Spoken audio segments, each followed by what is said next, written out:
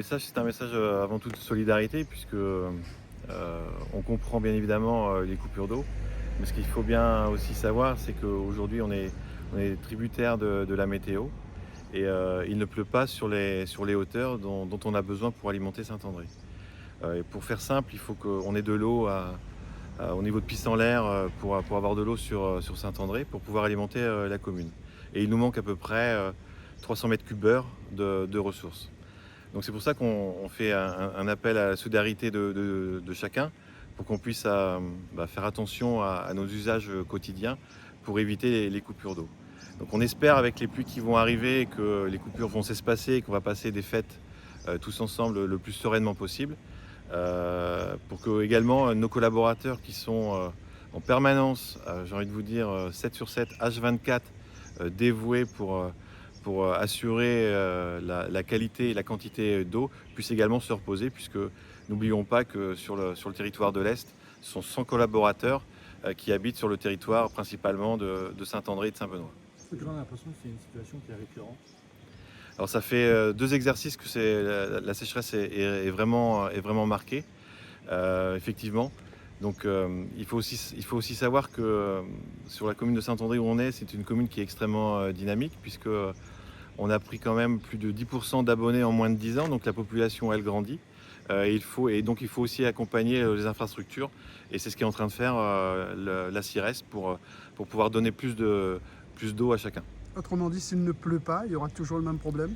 Effectivement, si dans les prochains jours il ne pleut pas, on aura toujours des risques de coupure d'eau qu'on essaye de minimiser, et on essaye de les faire notamment que la nuit pour qu'on puisse recharger nos réserves pour en avoir la journée pour tout le monde. Les gens disent qu'il pleut, mais selon vous, s'il ne pleut pas à plus de 300 mètres, C'est ça exactement. Ce qu'on appelle les pluies, nous, dans les bas, donc c'est-à-dire sur la plaine de Chambord ou autre, n'impactent pas notre production. Il faut vraiment qu'il pleut au niveau de Pissenlaire, donc une altitude, nous, de 300 mètres, pour que les pluies puissent agir sur la production d'eau. Est-ce qu'il n'y a pas un travail à faire également sur les canalisations, puisqu'il y a 40% à peu près de fuites souterraines? Alors oui, vous avez raison. Donc c'est un travail qu'a engagé la CIRES et qu'on fait à côté d'eux. Ce qu'il faut comprendre, c'est que le réseau de Saint-André, si on prend l'exemple du réseau de Saint-André, c'est un petit peu moins de 300 km de réseau, c'est 280 km. Et nous réalisons 400 fuites par an. Donc c'est comme si on faisait un trou tous les 700 mètres tous les ans pour réparer des fuites. Donc effectivement, le rendement est pas ce qu'on appelle, nous, le rendement en jargon technique n'est pas assez important. On a besoin de l'améliorer. Mais en faisant une fuite tous les 700 mètres, c'est également pas évident de pouvoir rattraper ce retard-là. Est-ce que vous entendez le cri des abonnés qui sont confrontés à ce problème et qui se posent la question suivante en se disant à quand la fin de cette galère?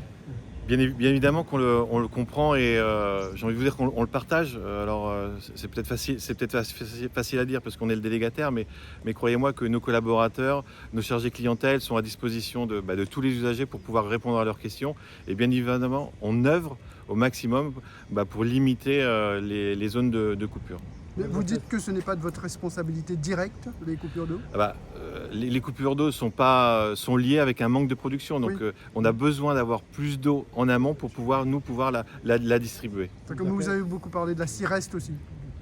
Alors la CIRES, on parle de la CIRES parce que les infrastructures sont pilotées financièrement par la CIRES. Donc c'est la CIRES aujourd'hui qui donne le cap, qui donne la vision sur l'avenir de tout le territoire. Et c'est ce qu'ils sont en train de faire avec des études pour après engager des travaux le plus rapidement possible. Et comme vous appelez la solidarité, c'est-à-dire la modération de la consommation? C'est exactement ça. C'est éviter de laver ses voitures en cette période-là, de laver les cours, des gestes simples au quotidien, mais qui vont permettre d'avoir plus d'eau au robinet quand on en aura besoin le soir en rentrant chez soi. La bonne nouvelle, c'est que le mois de décembre va être pluvieux.